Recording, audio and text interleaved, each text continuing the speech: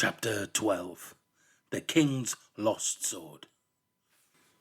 Within seconds, it was as though each of the king's party was wearing a thick white blindfold. The fog was so dense they couldn't see their own hands in front of their faces. The mist smelled of the foul marsh, of brackish water and ooze. The soft ground seemed to shift beneath their feet as many of the men turned unwisely on the spot. Trying to catch sight of each other, they lost all sense of direction. Each man felt adrift in a blinding white sea, and Major Beamish was one of the few to keep his head. "Have a care," he called. "The ground is treacherous. Steer still, don't attempt to move." But King Fred, who was suddenly feeling rather scared, paid no attention.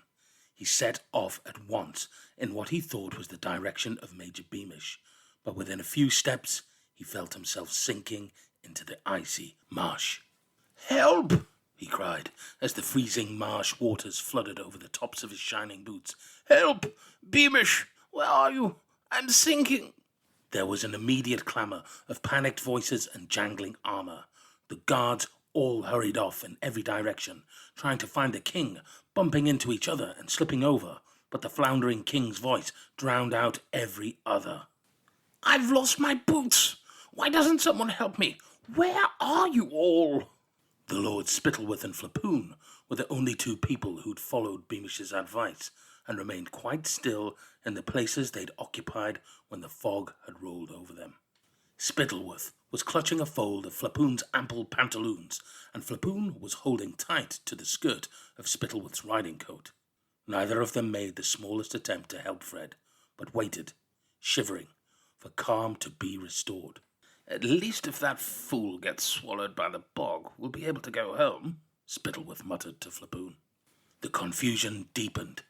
Several of the royal guard had now got stuck in the bog as they tried to find the king. The air was full of squelches, clanks and shouts. Major Beamish was bellowing in a vain attempt to restore some kind of order, and the king's voice seemed to be receding into the blind night, becoming even fainter, as though he were blundering away from them. And then, out of the heart of the darkness came an awful, terror-struck shriek. "Beamish, help me! I could see the monster!" "I'm coming, your majesty," cried Beamish. "Keep shouting, sire. I'll find you." "Help me! Help me, Beamish!" shouted King Fred. "What's happened to the idiot?" Flapoon asked Spittleworth. But before Spittleworth could answer, the fog around the two lords thinned as quickly as it had arrived, so that they stood together in a little clearing, able to see each other, but still surrounded on all sides by high walls of thick white mist. The voices of the king, of Beamish, and of the other soldiers were becoming fainter and fainter. "Don't move yet," Spittleworth cautioned Flapoon. "Once the fog thins a little bit more, we'll be able to find the horses and we can retreat to a safe." At that precise moment, a slimy black figure burst out of the wall of fog and launched itself at the two lords. Flapoon let out a high-pitched scream, and Spittleworth lashed out at the creature, missing only because it flopped to the ground, weeping.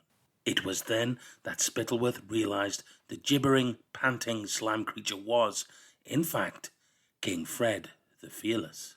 "Thank heavens we've found you, your majesty. We've been searching everywhere," cried Spittleworth. "Ick, whimpered the king. "He's got hiccups," said Flapoon. "Give him a fright." Ickabog," moaned Fred. I saw it. A gigantic monster. It nearly caught me." "I beg your majesty's pardon?" asked Spittleworth. "The monster. It's real," gulped Fred. "I'm lucky to be alive. The horses. We must flee, and quickly." King Fred tried to hoist himself up by climbing Spittleworth's leg, but Spittleworth stepped swiftly aside to avoid getting covered in slime, instead aiming a consoling pat to the top of Fred's head, which was the cleanest part of him. There, your majesty. You've had a most distressing experience falling in the marsh. As we were saying earlier, the boulders do indeed assume monstrous forms in this thick fog." Dash it, Spittleworth, I know what I saw, shouted the king, staggering to his feet unaided. Tall as 2 horses it was, and with eyes like huge lamps. I drew my sword, but my hands were so slimy it slipped from my grasp, so there was nothing for it but to pull my feet out of my stuck boots and crawl away. Just then, a 4th man made his way into the little clearing in the fog.